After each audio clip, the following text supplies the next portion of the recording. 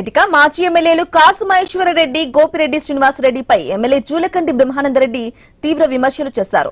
EVM బద్దలు కొట్టిన నేరస్తుడిపై EC case పెడితే తప్పంటని ప్రశ్నించారు. అది అక్రమ కేసు ఎలా అవుతుందని ఆగ్రహం వ్యక్తం చేశారు. ఎన్నికల సమయంలో మాచర్ల కారంపూడిలో పిన్నెల్లి విధ్వంసం మరిచావా అని మండిపడ్డారు. జెండా హత్యలు చేసిన పిన్నెల్లి సోదరులకు సపోర్ట్ చేస్తావా అని ప్రశ్నించారు.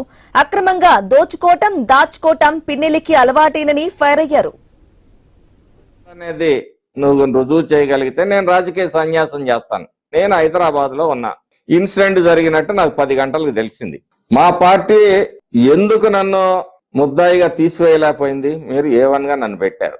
అయినా ఇంత పెద్ద గ్రావిటీ ఉన్న కేసులో తొలగిస్తే ప్రభుత్వానికి అప్రదిష్ట వస్తుంది, ఏ రోజైనా న్యాయం గెలుస్తుంది అన్న విశ్వాసంతో మా ముఖ్యమంత్రి గారు నా పేరును తొలగించలేదు.